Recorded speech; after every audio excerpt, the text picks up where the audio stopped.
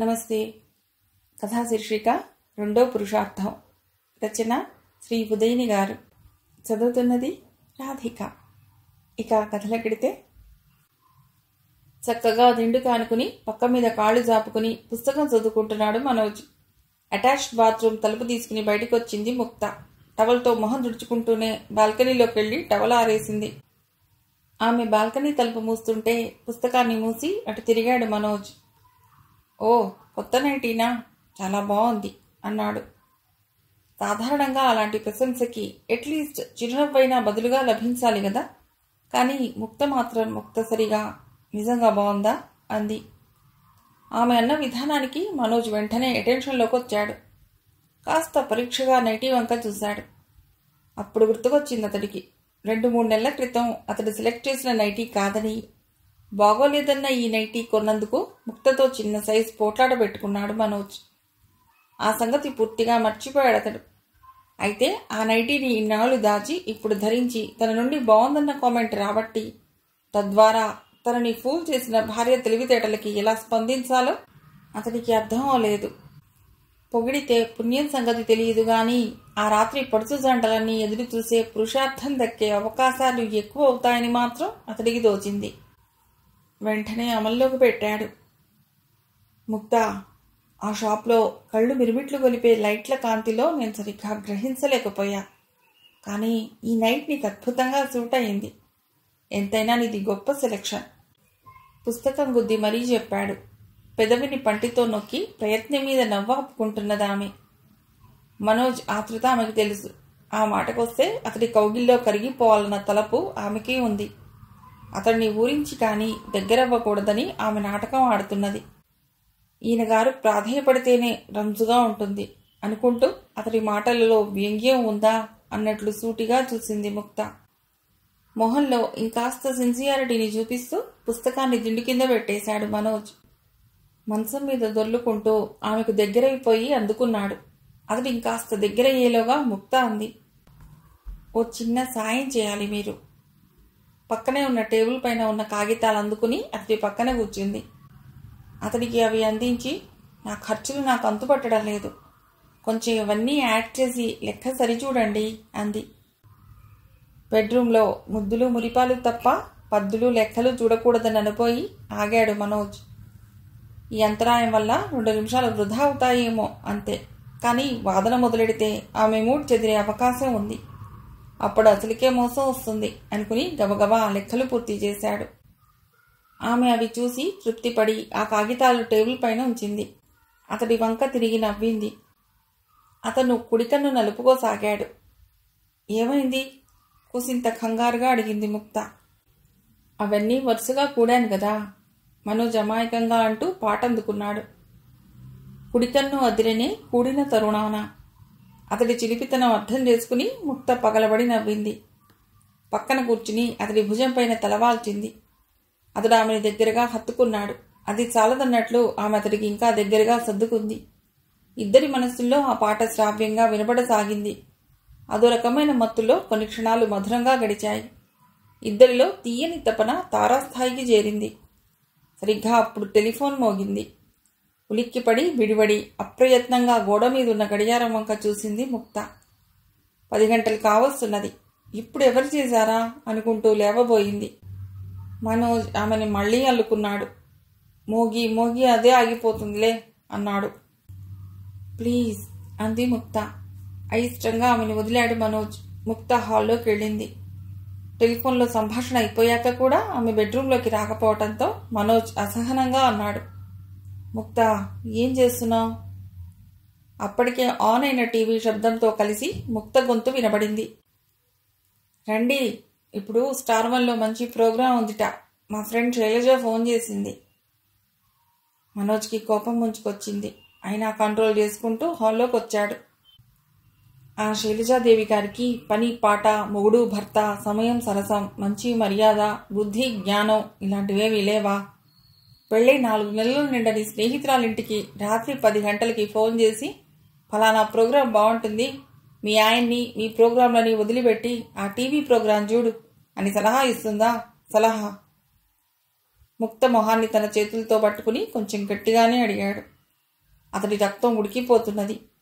ఈ TV programme అయ్యేసరికి 11 అవుతుంది.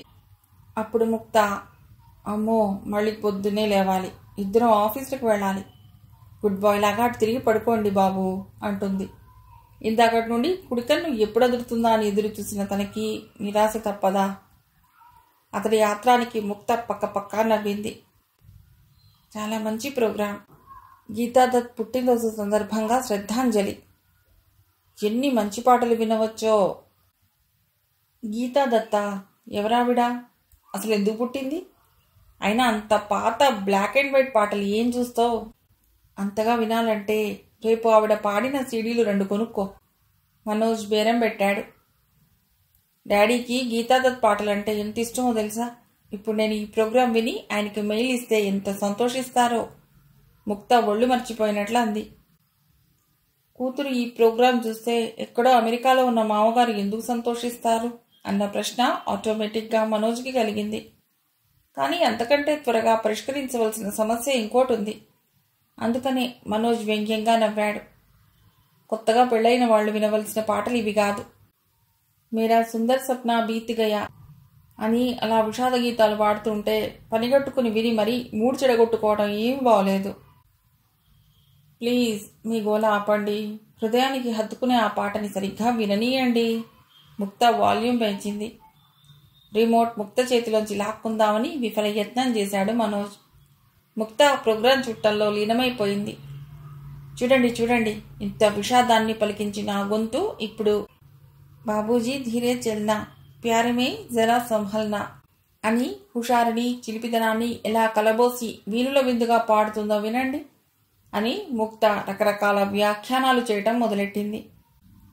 ఆనాటి పేపర్లో టెండర్ ప్రకటనలు చదువుతూ టీవీకి వీపు చూపిస్తూ 10 నిమిషాలు ఓపిగ్గా కూర్చున్నాడు మనోజ్.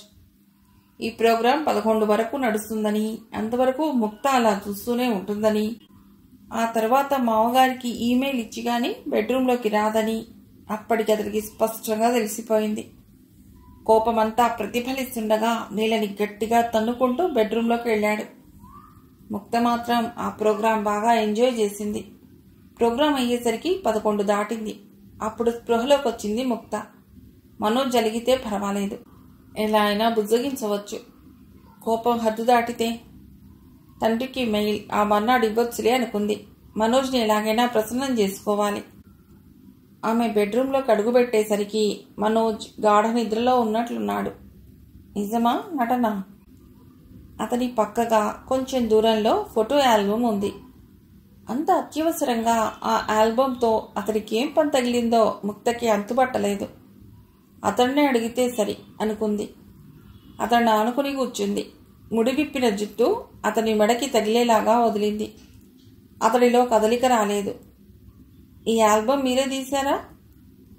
కొంచెం కదిలి మనోజ్ ఆవలించాడు. నేనే తీశాను. మనోజ్ మెలకుగానే ఉండి నటిస్తున్నాడు. ముక్త అమ్మయ్యా అనుకుంది. ఎందుకు తీశారు? అతడి మీద వాలి చెవిలో గుసగుసగా అడిగింది. అతనికి కితకితలు ఎక్కువని ఆమెకు తెలుసు. ముంగుర్లని, పెదవులని, వేళ్ల కొసలని ఎలా ఉపయోగిస్తే అతడు ఎక్కువగా స్పందిస్తాడో ఆమెకి క్షుణ్ణంగా తెలుసును. ఆ దాడిని తట్టుకోలేక ఆమె దారికొచ్చాడు మనోజ్. కళ్ళు తెరిచాడు. నీ ఫ్రెండ్స్లో ఆ శైలజ ఎవరో గుర్తుకి రాలేదు. ఆల్బమ్ చూసి ఆవిడ గారి మొహాన్ని గుర్తుకు తెచ్చుకుని మరీ తిట్టుకున్నాను, అర్థమైందా అన్నాడు. ఆవులించి నాకు నిద్ర వస్తున్నది అన్నాడు తను అలుకని ప్రదర్శిస్తూ. అదే నాకు మండుద్ది అంది ముక్త. మనోజ్ అప్రయత్నంగా కళ్ళు తెరిచాడు. ఆమె వంక తిరిగి ఆ భాష ఏమిటి, ఆ పదప్రయోగం ఏమిటి అడిగాడు. ముక్త నవ్వింది గట్టిగా. ఆ నవ్వేమిటి, కొంచెం ఉంటే దడుచుకునేవాణ్ణి. అతడిలో నిద్ర ఛాయలు ఏమాత్రం మిగిలినా అవి ఎగిరిపోయాయి. అతడి తలని ఒళ్ళోకి లాక్కుంది ముక్త. నేను అలా అనకుండా మామూలుగా, అందుకని నాకు కోపం వస్తుంది అని స్వచ్ఛంగా అంటే మీరు నో ప్రాబ్లం అనేసి అటు తిరిగి ఇంచక్కా పడుకునేవారు. కానీ నేను మండుద్దనగానే కళ్ళు తెరిచారు. అలా నవ్వగానే ఇంకో ప్రశ్న వేశారు. కాబట్టి అలా యాసగా మాట్లాడితే లాభాలున్నాయని ఒప్పుకోవాలి. లాభాలా? ఏ లాభాలు? ఎవరికి లాభాలు? అయోమయంగా అడిగాడు మనోజ్. లాభాలే, అలా మాట్లాడేసరికే కదా ఇలా గుడ్ బాయ్ లాగా నాకు లొంగిపోయారు. అలక మర్చిపోయి నా మాటలు విన్నారు. కిలకిలా నవ్వింది ముక్త. తర్కించకుండా తీయగా సరెండర్ అయితే చాలా లాభాలుంటాయనుకున్నాడు మనోజ్. ఆ మర్నాడు చాలా ఆలస్యంగా నిద్రలేచారు. చూడండి ఎంత పొద్దెక్కిందో అంటూ హడావుడి పడుతూ లేచింది ముక్త. ఏది ఆల్బమ్ ఏది? అంతా శైలజమ్మ వల్లనే అన్నాడు మనోజ్. హడావుడి పడుతూ ఇద్దరూ తయారై ఎలాగైతేనే ఆఫీసులకి సమయానికి చేరగలిగారు. సాయంకాలం ముక్తకే కాక మనోజ్కి కూడా ఆఫీసులో పని ఎక్కువై ఆలస్యంగా వచ్చాడు. మళ్ళీ డిన్నర్ కోసం హడావుడి పడవలసి వచ్చింది. దాంతో భోజనాల దగ్గర కానీ క్రితం రాత్రి చూసిన ప్రోగ్రాం గురించి చెప్పే అవకాశం ముక్తకి దొరకలేదు. చాలా బాగుంది ఆ ప్రోగ్రాం, నిజంగా. నో, నేనేం వినదలుచుకోలేదు ఫోమ్గా చెప్పాడు మనోజ్. నువ్వు నీ ఫ్రెండ్ ఆ శైలజాదేవి గారు ఎంత ముచ్చటపడ్డా నేను మాత్రం ఒక్క ముక్క కూడా ఆ ప్రోగ్రాం గురించి వినదలుచుకోలేదు. నాకు చాలా చాలా చాలా చాలా చాలా కోపం వచ్చిందన్నమాట. ముక్త నవ్వింది. ఓకే, మీ ఇష్టం. అయితే ఓ చిన్న హెచ్చరిక, ఆ ప్రోగ్రాం అయిపోలేదు, ఇంకా చాలా ఎపిసోడ్స్ ఉన్నాయిట. మనోజ్ ఆ హెచ్చరికని తేలిగ్గా తీసుకున్నాడు. 10కి ఇంకా 2 నిమిషాలుండగా మళ్ళీ ఆ రాత్రి కూడా ఫోన్ మోగింది. ముక్త వంక సీరియస్గా చూసి నేను తీస్తాను అంటూ కదిలాడు మనోజ్. శైలజ ఏదో కుట్ర పన్నిందన్న అనుమానం వచ్చింది అతడికి. ఇప్పటికే ముక్త 5 నిమిషాలకు ఆవలింత చొప్పున నిద్ర సంకేతాలని వదులుతూనే ఉంది. ఫలానా ప్రోగ్రాం బాగుంది చూడు అని చచ్చు సలహా ఇవ్వటానికి ఇప్పుడు శైలజ ఫోన్ చేస్తే సహించి ఊరుకోకూడదు అనుకున్నాడు. మనోజ్ రిసీవర్ ఎత్తుతో, హలో, నేను శైలజని మాట్లాడుతున్నాను. ముక్త నిద్రపోతున్నదండి అని చెప్పాలా, మా ఇంట్లో టీవీ పనిచేయటం లేదు అని అంటే బాగుంటుందా అని అతడు ఓ నిర్ధారణకి రాకుండానే శైలజ అంది. ఆ ప్రోగ్రాంలో సెకండ్ పార్ట్ ఈరోజు రాదు, వచ్చే సోమవారం వస్తుందని ముక్తకి చెప్పండి. ప్రతి సోమవారం ఒక్కో పార్ట్ చూపిస్తారన్నమాట. Good night. గుడ్ నైట్ చెప్పాలన్న కనీస మర్యాదని కూడా పాటించకుండా ఫోన్ పెట్టేశాడు మనోజ్. అతడు బెడ్రూమ్లోకి వెళ్లేసరికి ముక్త గాఢ నిద్రలో ఉంది. జస్ట్ 2 నిమిషాల క్రితం మెళకువగా ఉంది. అంతలో నిద్ర ముంచుకొచ్చిందన్నమాట. క్రితం రాత్రి తన కోపాన్ని పోగొట్టడానికి, తన ముచ్చట తీర్చడానికి కష్టమైన 12 వరకు మెళకువగా ఉంది. పైగా ఈరోజు ఆఫీస్లో కూడా పని ఎక్కువగా ఉందని చెప్పింది. బాగా అలసిపోయి పాపం నిద్ర ఆపుకోలేకపోయిందన్నమాట. ముక్తపైన జాలితో పాటు శైలజపైన కోపం పెరిగింది అతడికి. మనోజ్తో వాదించి ప్రతి సోమవారం మిగిలిన ఎపిసోడ్స్ అన్నీ చూసింది ముక్త. ఆ తర్వాత వారం రోజులు పని మీద మనోజ్ క్యాంప్కి వెళ్ళాడు. అతడు వెళ్ళిన 3 రోజులు భారంగా గడిచాయి. ఆ మర్నాడు కళ్ళు తిరిగినట్లయి డాక్టర్ దగ్గరికి వెళ్ళింది ముక్త. ఆవిడ సలహా మీద టెస్టులు చేయించుకుని రిపోర్ట్స్ కోసం శైలజని తీసుకుని వెళ్ళింది.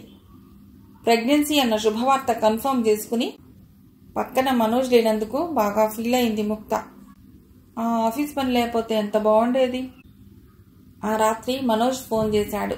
ఒకరి మొహం ఒకరు చూడకుండా యాంత్రికంగా టెలిఫోన్లో అంత అద్భుతమైన సంగతి చెప్పడం సరైన పద్ధతి కాదని అనుకుంది ముక్త. అందుకనే అతడితో అనవసరమైన విషయాలన్నీ ప్రస్తావించింది. చివరికి గీతాదత్ పాటల గురించి ఇంకోసారి చెప్పేందుకు ప్రయత్నించింది. కానీ తాము అమ్మా నాన్నలు అవ్వబోతున్నట్లు చెప్పనే లేదు. ఏ రకంగా ఆ తీపి కబురుని అతడితో పంచుకోవాలో ఆమె ఖచ్చితమైన నిర్ణయానికి రాలేదు. కానీ ఓ 4 ఆల్టర్నేటివ్స్తో తయారుగా ఉంది. ఆ తీపి ఖబరు అతడికి సాదాసీదాగా చెప్పకూడదు.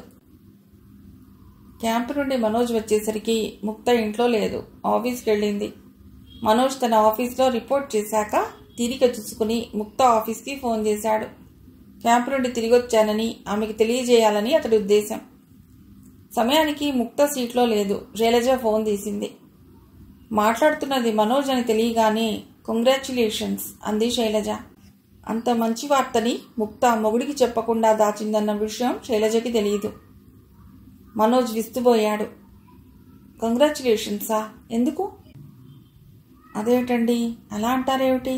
పార్టీ తప్పించుకునేందుకు ప్రయత్నిస్తున్నారా? అదేం లాభం లేదు. ఇప్పుడు పార్టీ కావాలి. 7 నెలల తర్వాత అమ్మాయో అబ్బాయో పుట్టాక అప్పుడు కావాలి. శైలజ ఆలోచించకుండా అనేసింది. మనోజ్ తెల్లబోయాడు. ఆ సంగతి తను ముక్త ద్వారా కాకుండా థర్డ్ పార్టీ ద్వారా తెలుసుకోవాల్సి రావటం అతడికి అస్సలు నచ్చలేదు. అంతలోనే తేరుకుని, నాకు ఆఫీస్లో పని అయిపోయింది, ఇంటికి వెడుతున్నానని ముక్తకి చెప్పండి అనేసి ఫోన్ పెట్టేశాడు. తర్వాత శైలజ ద్వారా ఆ సంగతి తెలుసుకుని ముక్త నిర్ఘాంతపోయింది. మనోజ్కి తప్పకుండా కోపం వచ్చి ఉంటుంది. వెంటనే ముక్త పర్మిషన్ తీసుకుని ఇంటికి వెళ్ళింది. మనోజ్ అక్కడ లేడు. గంట తర్వాత మనోజ్ వచ్చాడు. చేతిలో చాలా ప్యాకెట్లున్నాయి. సంతోషంతో మొహం వెలిగిపోతున్నది. కోపం వచ్చిన ఛాయలు అస్సలు లేనే లేవు. కంగ్రాచ్యులేషన్స్, ముబారక్ బాత్. తల్లిగా నువ్వు, తండ్రిగా నేను ప్రమోషన్ పొందుతున్న ఈ శుభతరుణాన శుభాకాంక్షలు 3 భాషల్లో చెప్పాడు. మనోజ్, నిజానికి నేనే నీకు ఎంచక్కా చెప్పాలని అంటూ ఆ తీయటి కబుర్ని చెప్పకుండా ఎందుకు దాయవలసి వచ్చిందో వివరించే ప్రయత్నం చేసింది ముక్త. అతను అవకాశం ఇవ్వలేదు. బరబరా ప్యాకెట్లు విప్పాడు. ఇది మన పాబుకి అన్నాడు. పాబునా? అయోమయంగా అడిగింది ముక్త. అంటే పాప పుడుతుందో బాబు పుడతాడో తెలియనప్పుడు పాబు అని వ్యవహరిస్తే సరిపోతుంది కదా. సరిపోదు అని తల అడ్డంగా ఊపింది ముక్త. అతడి చేతిలో ఉన్న దుస్తులని జెండాలాగా ఊపుతూ అంది. మీరు తెచ్చిన డ్రెస్లలో ఒక్కటి సరిపోదు, బాగా పెద్ద అవుతాయి. ఇవి మన బాబుకి తొడగాలంటే ఎంత లేదన్నా పుట్టిన తర్వాత 7 ఏడాది ఆగవలసిందే. అయినా ఇప్పుడే ఎందుకు కొన్నారు? ఎందుకంటే నీకు నాకు డ్రెస్లు కొన్నాను. మరి బాబుకి కొనకపోతే ఎలా? అప్పటికి షాప్ వాడు అడిగాడు బేబీ వయసు ఎంత అని. ఇంకో 7-8 నెలలకు కానీ పుట్టదు కదా, అందుకని -8 నెలలు అన్నాను. వాడికి 8 నెలలు అని అర్థమైంది కాబోలు అన్నాడు మనోజ్. ముక్త పగలబడి నవ్వింది. అంతలోనే తన డ్రెస్ చూసి కనుబొమ్మలు చిట్లించింది. ఇంత పెద్ద సైజు తెచ్చారేమిటి? నువ్వు లావు అవుతావుగా. ఆమె ఎలా పెరుగుతుందో అభినయించి చూపించాడు. ఉడుక్కుంటూనే అతను అల్లుకుపోయింది. అతడికి స్పెషల్గా చెప్పాలనుకున్న తన ప్లాన్ బెడిసి కొట్టింది. శైలజ ద్వారా అతడు ఆ శుభవార్త తెలుసుకున్నాడు. అయినా అతడికి కోపం రానందుకు ముక్త పొంగిపోయింది. అంత మంచి వార్త అతడికి చెప్పకుండా ఎందుకు దాచవలసి వచ్చిందో వివరించింది ముక్త. నీకు నా మీద కోపం రాలేదా అడిగింది. మనోజ్ నవ్వాడు. శైలజాదేవి నాకు ఆ సంగతి చెప్పగానే ఇంత మంచి వార్తని నాకు నువ్వు చెప్పలేదని భలే కోపం వచ్చింది. ఆ బ్యాడ్ మూడ్లోనే షాపింగ్ చేయడం మొదలెట్టాను. నువ్వు ఎదురైతే 4 దులిపేయాలని అనుకున్నాను. కొంతసేపటికి చల్లబడ్డాను. మన ముద్దుల భవితని ఇంకొన్ని నెలలు అతి భద్రంగా మోయవలసిన నీతో పోట్లాడటం సరికాదని అప్పుడు స్ఫురించింది నాకు. నువ్వు దాచిపెట్టావంటే దానికి ఏదో బలమైన కారణం ఉండే ఉంటుందని తోచింది. అంతే అయి ఉంటుందని అనుకున్న కొద్దీ వికలమైన మనస్సు ప్రశాంతంగా అయింది. అతను చెప్పటం అయిపోయిన చాలాసేపటి వరకు అతడినే చూస్తూ ఉండిపోయింది ముక్త. ఏమిటా చూపు? మనోజ్ అడిగాడు. పురుషార్థాలలో మీకు ఇష్టమైనదేమిటి? ముక్త అడిగింది. అదేం ప్రశ్న? మనోజ్ ఆశ్చర్యంగా అడిగాడు. అయినా నువ్వు అడిగింది బెడ్రూమ్లో కాబట్టి 3వ పురుషార్థం అని చెప్తాను. ఏ, నీకు కూడా అదే ఇష్టం కాదా? నేను ప్రశ్న మారుస్తున్నాను. ఆ 4లోనూ గొప్పది ఏమిటి? ప్రశ్న మారినా జవాబు మార్చను. నా ఓటు 3వ దానికే. కానీ నా ఓటు మాత్రం 2వ దానికే. ముక్త నవ్వింది. 2? మనోజ్ తల ఊపుకున్నాడు. అర్థము అంటే డబ్బులు గొప్పవి అనుకుంటున్నావా? అర్థము గొప్పది అనుకుంటున్నాను, కానీ నా ఉద్దేశంలో అర్థం అంటే డబ్బులు కావు. సస్పెన్స్ పెంచడం కోసం అన్నట్లు ముక్త ఆగింది. నన్ను అడిగితే అర్థం అంటే జీవిత భాగస్వామిని అర్థం చేసుకోవటం. అలా చక్కగా మీరు అర్థం చేసుకున్నారు చూడండి. గీతాదత్ పాటల ప్రోగ్రాంని నేను చూసినా, ఈ వార్తని మొదటగా మీకు తెలిపిన వ్యక్తిని నేను కాకపోయినా ఆగ్రహం తెచ్చుకోలేదు కదా. అది నా అభిప్రాయంలో అర్థం చేసుకోవటం అంటే. అప్పుడప్పుడు అలా అర్థం చేసుకుంటే 3వ పురుషార్థం ఇంకా మధురంగా అవుతుంది. 4వది బెడ్రూమ్లోనే అందుకోవచ్చు. 2వ పురుషార్థానికి ఆమె చేసిన వ్యాఖ్యానం మనోజ్కి గొప్పగా నచ్చింది. నిజంగానే ఇంకా మధురంగా అవుతుందా అని ముక్త చెవిలో గుసగుసగా అన్నాడు. ముక్త నవ్వుతూ అతడికి మరింత దగ్గరయింది. కథ సమాప్తం.